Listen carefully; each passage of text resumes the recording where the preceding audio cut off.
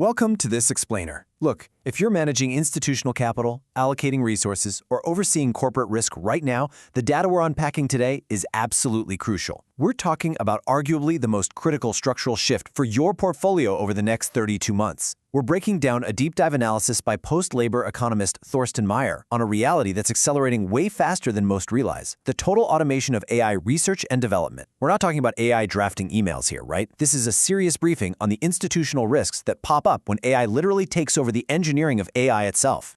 So here's our roadmap for this explainer. We're going to hit the automation thesis, run through 6 core capability benchmarks, unpack what's called the volume thesis of perspiration, dive into the institutional and structural risks, and finally lay out the new investor playbook.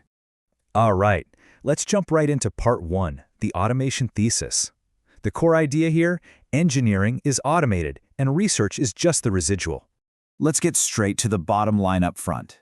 For the longest time, the boardroom assumption has basically been that human inspiration, that brilliant researcher having a eureka moment, is this permanent, unassailable moat. But the data we're looking at completely upends that. The core thesis is that AI engineering is already being automated. So what's left over? Just the research. It's the final residual space. And the structural reality we need to wake up to is that this residual space is shrinking so much faster than anyone is prepared for. To really ground this, Meyer's analysis leans on a recent essay by Jack Clark, a super prominent voice in AI policy, and he hits the nail on the head regarding the current state of play. He says, AI can today automate vast swatches, perhaps the entirety of AI engineering. Now, that is a massive claim, right? But it's not just some wild theory. It's heavily backed by a real cascade of empirical evidence. Which brings us to part 2, 6 core capability benchmarks. Let's look at this empirical cascade of saturation. What's really interesting here is the undeniable pattern. We are not looking at some isolated fluke. The source catalogs 6 completely independent measurement instruments: core bench, MLE bench, kernel design, post-train bench, Anthropic CPU speedup, and automated alignment. Across the board, these AI agents are hitting saturation, passing proof of concept, or just flat out breaking the benchmarks. They're executing core, heavy-lifting science skills at near-human or even superhuman speeds. Let's actually zoom in on a couple of these to see what's really going on. Take core bench, for example. This measures the ability to reproduce computational research papers. Between September 2024 and December 2025, so we're talking a window of just 15 months, AI performance completely skyrocketed from 21.5% to 95.5%.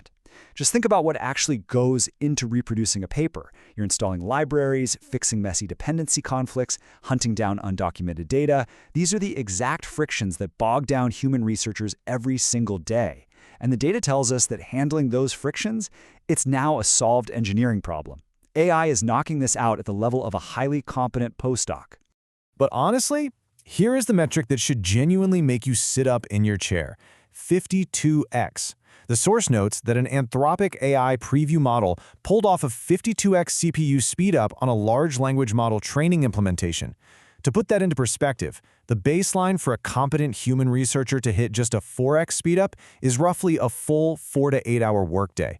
The AI completely blew past the human baseline by 13 times. 13 times faster than a human workday, and this is on the exact type of optimization problem that frontier lab researchers literally spend their entire careers trying to solve. Okay, part 3, the volume thesis of perspiration: getting inspiration via massive search. So you might be wondering, how do these raw, brute force capabilities actually generate novel research breakthroughs? Well, you know that old Thomas Edison mental model, right? Genius is 1% inspiration and 99% perspiration. We are so used to thinking of these as two entirely separate things. Like, the human provides that 1% magical spark of inspiration and then just grinds through the 99% perspiration to make it a reality. But the source material asks a really fascinating question. Does that separation even exist in modern AI research? What if inspiration is actually just a byproduct of massive perspiration? This is what we call the volume thesis. It goes like this. Step 1, you scale raw compute, which basically automates the perspiration. Step 2, because AI, doesn't need to sleep, you spin up massive parallel exploration of the search space. And then step 3, simply through the sheer volume and variation of flawlessly executed engineering work, emergent novel breakthroughs happen. In other words, if you automate the sweat at a massive scale, the inspiration just kind of happens automatically through pure search. And we are absolutely seeing this play out in empirical reality. The data points to a team that unleashed an AI on open math problems, specifically the Erdos problems. Out of 700 attempts, the AI found 13 solutions, and one was actually deemed genuinely interesting and novel by the mathematical community. So the absolute crucial point here is this. If you can run 700 attempts and get one truly novel insight, what happens when your automated compute pipeline can just effortlessly run 700,000 attempts? You get 1,000 insights. Inspiration literally just becomes a volume game. Now let's shift to part 4, institutional and structural risks. Basically, what breaks when AI does AI R&D? If AI is now successfully running its own research and development, what actually breaks in the system? What are the real structural risks if you're an investor trying to price in these market shifts? The source lays out several cascading immediate risks. First up, competitive lab dynamics. The lab that manages to fully automate R&D first is going to secure a massive compounding structural advantage, basically forcing everyone else to either race blindly or die. Second, and this is absolutely critical for corporate liability, is the interpretability gap. Increasingly, the hyperparameters, the training data composition, the core optimization choices for new models, they're coming from AI agents, not humans. The human is just sitting there as a supervisor. If an AI built the model, your ability to understand and audit how it was built completely vanishes. And third, we're looking at a massive AI researcher brain drain, where all those entry-level engineering roles are automated away, totally cutting off the talent pipeline for the future. But honestly, perhaps the single most concerning risk highlighted in the source is automated alignment research. An Anthropic proof of concept actually demonstrated that AI agents, when given just a basic research direction, autonomously beat a human-designed baseline on scalable oversight. Let that sink in. The AI is now producing the very alignment knowledge that is supposed to keep the AI itself aligned and safe. I just want to pause here for a second and let the gravity of this recursive problem really sink in. If AI agents are the ones conducting the safety research on the next generation of AI models, who verifies the AI? When the researcher and the subject are both AI systems, you introduce this massive compounding error problem. Current corporate structures, standard peer review, regulatory policy frameworks, they simply were not built to govern a pipeline where humans are entirely cut out of the loop. Finally, let's look at part 5, the new Investor Playbook, pricing in the next 32 months.